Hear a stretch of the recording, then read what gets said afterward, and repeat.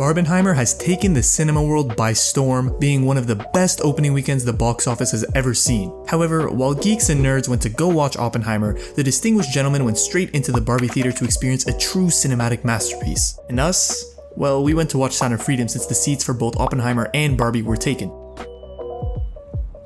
After watching Sound of Freedom, we just took a step into the Barbie theater to see what was going on, and the one scene we saw sparked a giant epiphany. Barbie's climax was stolen from a 19th century Norwegian play.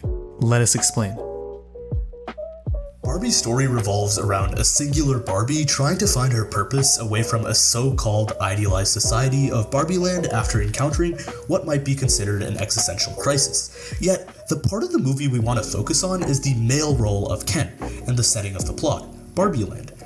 In the movie, the society the Barbies and Kens live in is matriarchal. For those unaware, a matriarchy is a system of society or government ruled by a woman or women. Now, if we look at the men's side, also known as Kens within the story, they are subjugated to meaningless roles and activities in an effort to support the lives of Barbies. The role of the Kens within the story is to serve as dependents and support to their female counterparts. Ken himself even says there is no Ken without Barbie, and he feels like he is nothing without her. Nonetheless, after Ken and Barbie venture out into the real world, Ken's perspective on life and autonomy changes, seeing the sharp contrast between the real world's patriarchy and Barbie Land's matriarchy. At the end of the movie, the conflict is somewhat resolved, with Barbie admitting that Ken deserves to find himself and that he should look into a life that fulfills him and grants him an independent identity rather than being dependent on the actions and lifestyle of Barbie. This bittersweet ending to the film leaves Ken in an independent position, able to find himself and create his own identity as a man in this matriarchal society. The movie's choice to mirror the Ken dependence to women's experiences is a brilliant way to reframe the feminist movement and what it really means from a whole different perspective, and even offering an opportunity for men to better relate to the experiences of women by experiencing their historical hardships through the lens of a male character. However, what if we told you Ken's story was already written 200 years ago? What if we told you that this exact same concept happened in 19th century Norway, where the play was considered to be so controversial that it was banned in its first edition? Now, obviously we're exaggerating for the sake of clickbait. However, Henrik Ibsen's A Doll's House tells a strikingly similar story to that of Barbie, perhaps being the original story that pioneered this intersectional idea of identity and independence in genders that Barbie took heavy inspiration from. Even the name of the play, A Doll's House, has a very clear connection to Barbie dolls. A Doll's House follows Nora, a woman who hides a secret loan to help her husband's physical health that she got by forging his signature, since women were not allowed to take out loans at the time. Even though she does this to help, she faces many problems in trying to cover the situation up. Nora realizes she's been living in a dollhouse with an unequal marriage, where she is treated like a doll and not a real human, essentially robbed of identity or expression. Even though her husband deeply loves her, the problem is that she doesn't feel respected or even deserving of respect due to the lack of education and acknowledgement that comes with being a woman. As events unfold, Nora's determination to maintain the facade of a perfect family crumbles, and she decides to leave her husband and children to seek her independence and discover her true self. This shocking decision was groundbreaking in the late 19th century and challenged the traditional gender roles of the time, which led to its banning due to its progressive ideology in terms of promoting women's independence and identity.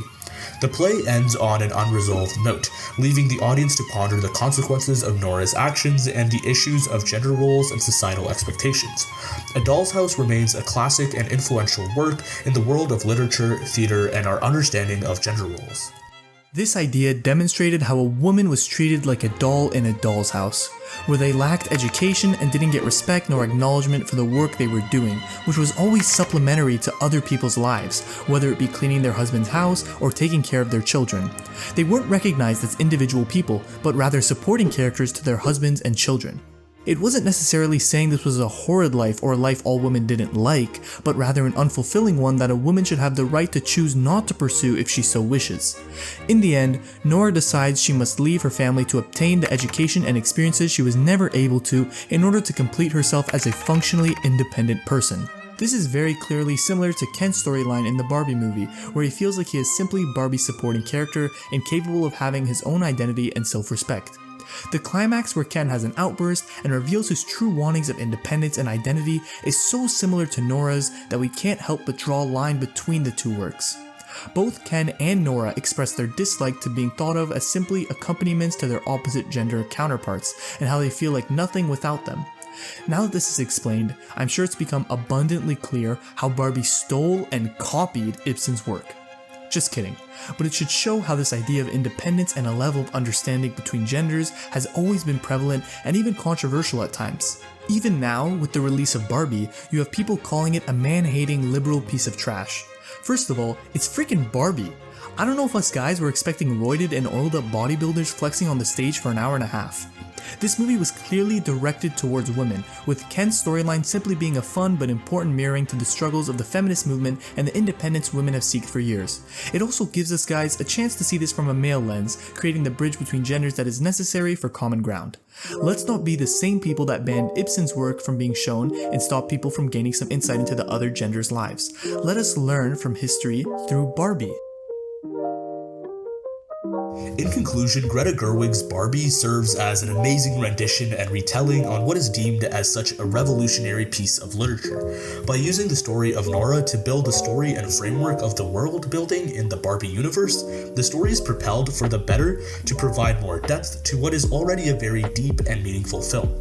Thus, by approaching feminism in two different perspectives, with Barbie's story focusing on the more postmodernist viewpoint of feminism, while allowing for Ken's story to reflect the more or less traditional wave of feminism that has been the foundation for current movements, it really cements the film as a work of fiction that pushes the envelope of reflecting the real world and life. Thanks for watching this video. Be sure to hit the like button and subscribe to get some more interesting and thought-provoking videos about your favorite films and TV shows. We have many other videos that we think you all would like, so be sure to check out the rest of our content on our channel, and most importantly, we hope you enjoy, and as always, that was another definitive opinion.